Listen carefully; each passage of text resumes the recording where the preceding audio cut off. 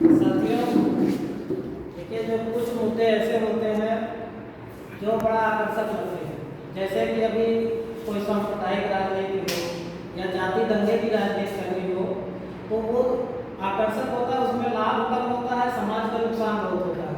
लेकिन जो सामाजिक न्याय की बात होती है वो जो है आम पब्लिक, आम जनता जो है उसमें उतनी रुचि नहीं लेती, इसलिए आपको उसमें ज़्यादा मेहनत करना पड़ता है। आप लोग सोचिए कि आप लोग बताते हैं कि पहली बार जाति को गिन के और उसके अनुपात में आरक्षण देने का काम जो है वो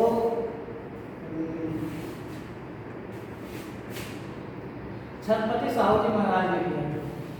छत्रपति साहू जी महाराज ने इसलिए किया था कि एक उनके यहाँ कार्यक्रम चल रहा था, तो जो वहाँ पर मंत्रोच्चार हो रहा था, तो मंत्रोच्चारण में होता है दो विधि होता है, एक वैदिक मंत्रोच्चार होता है, एक जो है ये पौराणिक होता है।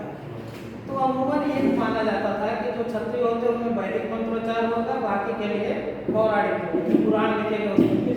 तब चूंकि छत्रपति साहू जी महाराज को तो मालूम नहीं था, लेकिन किसी ने बताया कि भाई ये तो गलत मंत्र पढ़ रहा है, ये नहीं पढ़ना चाहिए, आप राजा है।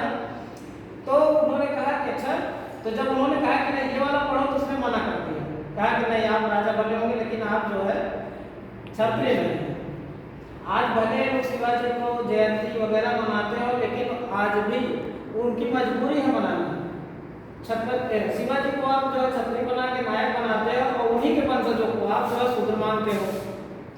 छत्रपति के वंशज उन्हीं के वंशज थे जो है छत्रपति साहू जी महाराज। तो जो सामाजिक न्याय की बात होती है उसमें आप छत्रपति साहू जी महाराज, ज्योतिबा फुले, सावित्रीबाई फुले, भीमराव अम्बेडकर, पेरियार, वीपी सिंह, राम नरेश यादव और चौधरी,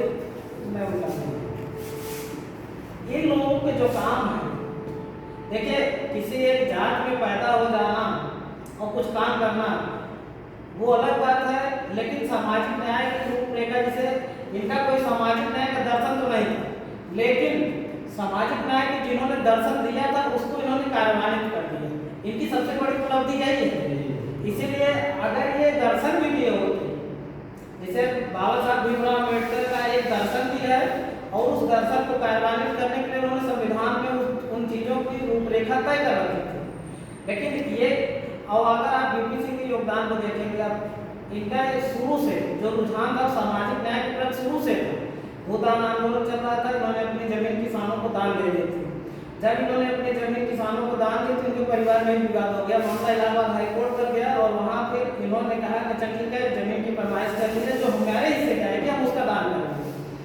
उसके बाद तमाम गरीब बस्तियों में, झुग्गी झोपड़ियों में रहने वालों के लिए इन्होंने आंदोलन किया, उनको अधिकार दिलाए जो झुग्गी झोपड़ी में रहने वालों के लिए बेसिक जरूरत होती है, जैसे पानी है, बिजली है और शौचालय की सुविधाएं हैं। उस समय उनके बहुत से काम थे, लेकिन बस हम लोग एक चीज़ के लिए इनको जान पाए कि ये चूँकि पिछड़ा वर्ग आयोग की जो सिफारिश थी उसको लागू किए थे, इसी के आधार पर एक तरफ ये नायक बन गए, दूसरी तरफ ये खलनायक बन गए।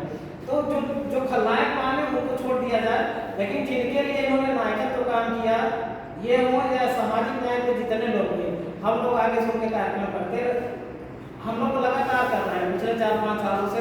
आप लोग इस पर कुछ भी अपना मत हो या दिशा निर्देश बताइए कि इसको कैसे और आगे तक बढ़ाया जाए।